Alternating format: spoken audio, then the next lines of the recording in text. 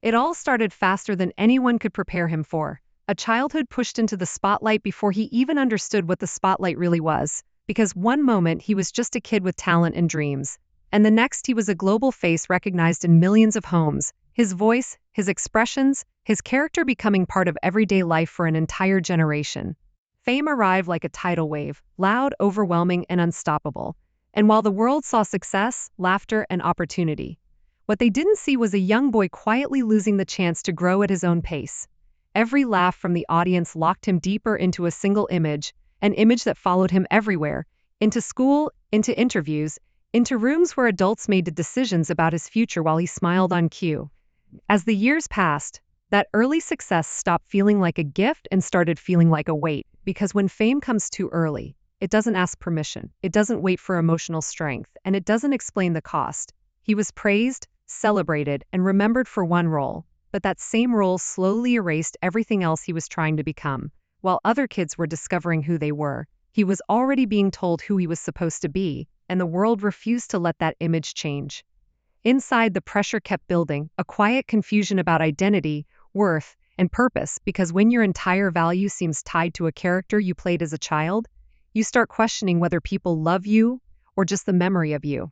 Opportunities that should have felt exciting came with fear, because every new step was compared to the past, and every audition carried the unspoken message that he was still being judged by something he did years ago. Success came early, but freedom never followed, and that imbalance created a silent struggle that few noticed. The applause faded, but the expectations didn't, leaving him standing between who he was and who the world refused to forget. This wasn't just the story of fame, it was the beginning of a long internal battle, where the brightest moment of his life also became the shadow that followed him everywhere, shaping every choice, every doubt, and every quiet moment when the cameras were gone and the noise finally stopped. Behind the smile that millions recognized, there was a pressure that never left him, a constant weight that followed him long after the camera stopped rolling and the applause faded away.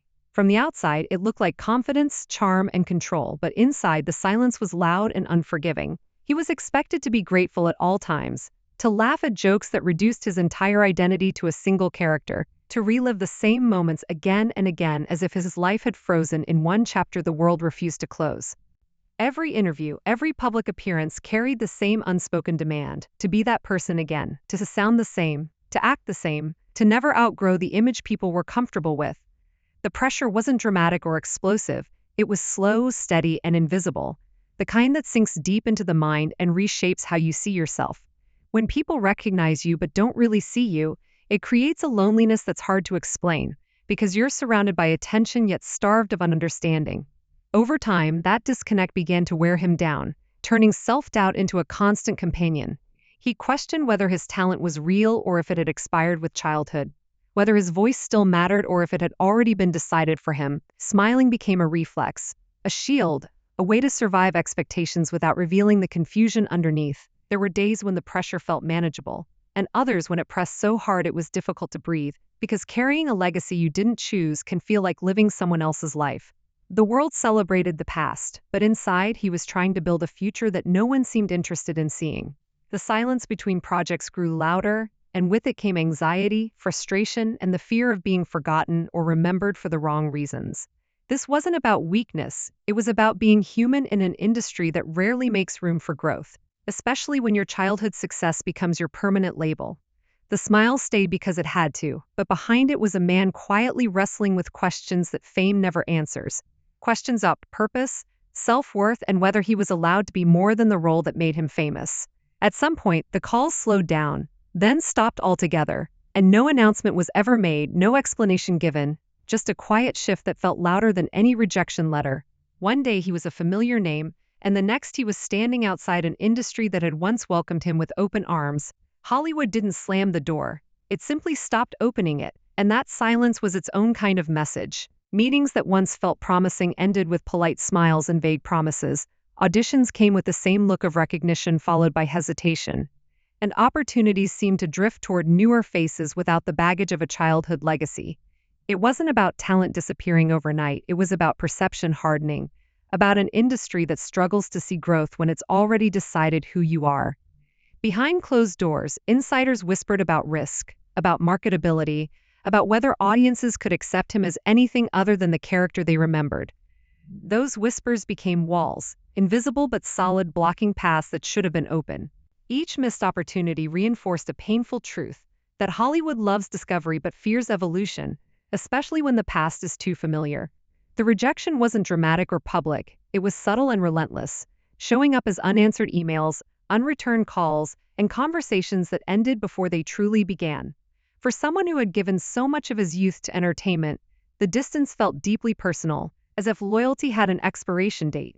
He watched as others reinvented themselves while his own attempts were quietly dismissed, not because they failed, but because they were never given a fair chance. The industry moved forward without him, rewriting narratives, chasing trends, and leaving behind those who no longer fit the formula. That kind of rejection doesn't just affect a career, it reshapes how you see your own worth. Because when doors close without explanation, you start blaming yourself. Yet the truth was more complicated, rooted in an industry that often values convenience over courage.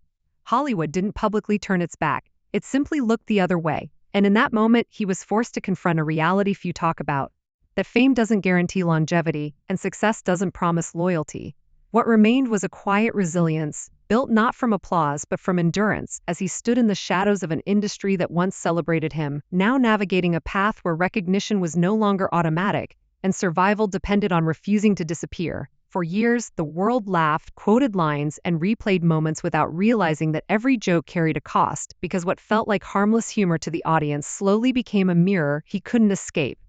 The same laughter that once lifted him up began to reduce him, turning a complex human being into a punchline frozen in time. Strangers felt entitled to mock, imitate, and stereotype him, often without cruelty in their tone, but with a carelessness that cut just as deep. At events and interviews, comments meant to be nostalgic landed like reminders that the world still saw him through a narrow lens, one shaped by childhood and locked in place by reruns. Each laugh reinforced the idea that his past mattered more than his present, that growth was optional but familiarity was required. Over time, that constant exposure chipped away at confidence, because when people laugh at a version of you that no longer exists, it creates a painful disconnect between who you are and who you're expected to be. He carried himself with professionalism, but inside, there was exhaustion, a quiet ache that came from being misunderstood over and over again. The jokes followed him into rooms where serious conversations were supposed to happen, undermining his efforts before he even spoke. It's hard to be taken seriously when your name triggers laughter before respect, and that reality shaped how he moved, spoke, and protected himself. The pain wasn't loud or dramatic, it was subtle, showing up in hesitation, guarded smiles, and moments of self-doubt that lingered longer than they should have. Publicly, he handled it with grace, because reacting would only feed the narrative, but privately, the weight of constant comparison became heavy. Being remembered is supposed to be a blessing, yet when memory turns into limitation, it can feel like a trap. The world saw entertainment, but he felt erasure, not of fame, but of complexity. He wanted to be recognized for growth, for skill, for evolution, but laughter kept pulling him backward. That emotional tension between public perception and private reality slowly reshaped his sense of self, because when the world refuses to see beyond a single image, it forces you to question whether your true self even has space to exist. What looked like resilience from the outside was often survival on the inside, a careful balance between honoring the past and fighting quietly for the right to be seen as more than a memory. There were moments when the weight became almost unbearable, moments rarely captured by headlines or interviews, because they didn't fit the neat narrative the public preferred. These were the breaking points that happened in silence, away from cameras, when the applause was gone and the expectations still lingered in the air. The pressure of carrying a past that refused to stay in the past began to collide with the fear of an uncertain future, creating an emotional storm that few around him truly understood. There were long stretches where momentum stalled, where effort didn't match outcome, and where persistence felt invisible. In those periods, doubt crept in quietly, asking questions that success had once drowned out, questions about relevance, purpose, and whether the fight to be seen differently was worth the cost. He pushed forward anyway, even when confidence wavered, even when the industry's silence felt like a verdict rather than a pause. These were not dramatic collapses, but slow tests of endurance, moments where resilience had to be rebuilt from the inside out. Friends and close observers noticed changes, more guarded conversations, deeper reflection, a sense that he was carrying more than he ever spoke about publicly. The emotional toll of constant comparison and missed opportunities began to stack up, turning frustration into fatigue. Yet walking away entirely never felt like an option, because giving up would have meant letting the past win. The struggle became internal, a private negotiation between pride and perseverance, between knowing his worth and feeling the world question it. These chapters were never sensationalized because they didn't involve scandal, but they were intense in their own way, defined by isolation, patience, and the quiet fight to stay grounded. Every near breaking point forced him to confront himself honestly, stripping away illusions and reminding him that survival in the spotlight isn't always about applause. Sometimes it's about endurance when no one is watching. The media missed these moments because they didn't look like headlines, but they mattered deeply, shaping his strength and redefining what success meant to him. What kept him standing wasn't fame or validation, it was the refusal to let struggle define the ending, even when the journey felt heavier than it ever had before. By the time the noise settled and the spotlight softened, his story began to feel less like a rise and fall and more like a long test of survival, one that never really ends for those who experience fame too early. What the world often mistakes for an ending is really a transformation, a shift from being celebrated to being measured by endurance, rather than applause. His journey carries the weight of a warning, because it exposes the hidden cost of success that arrives before identity has time to form. Childhood fame promises everything but explains nothing, leaving young stars to figure out adulthood while the world clings to a frozen version of who they once were. In that space, survival becomes an act of quiet rebellion, choosing to exist beyond expectations that refuse to evolve. His life after peak fame shows that legacy isn't always built on constant visibility.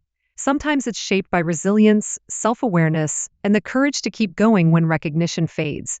The industry often frames stories like his as cautionary endings, but the truth is more complex and more human.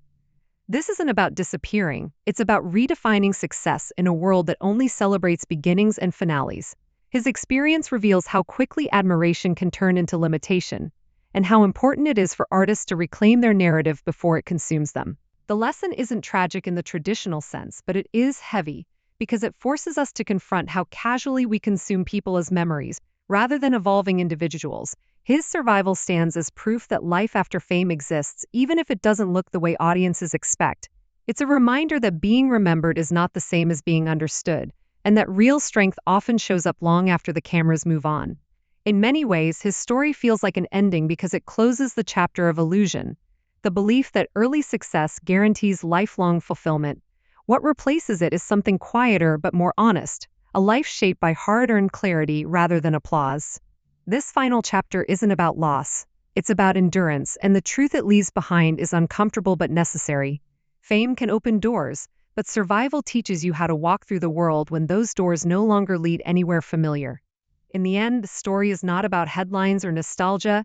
It's about what remains when the noise fades and the applause no longer defines a life. It's about a journey that forced hard lessons early, demanded strength in silence, and required endurance when the world stopped paying attention.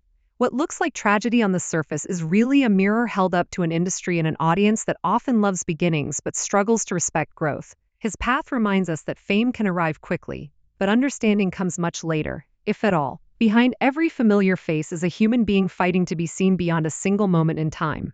This story doesn't close with a celebration or a collapse. It closes with a truth that's uncomfortable but real, that survival itself can be the greatest victory.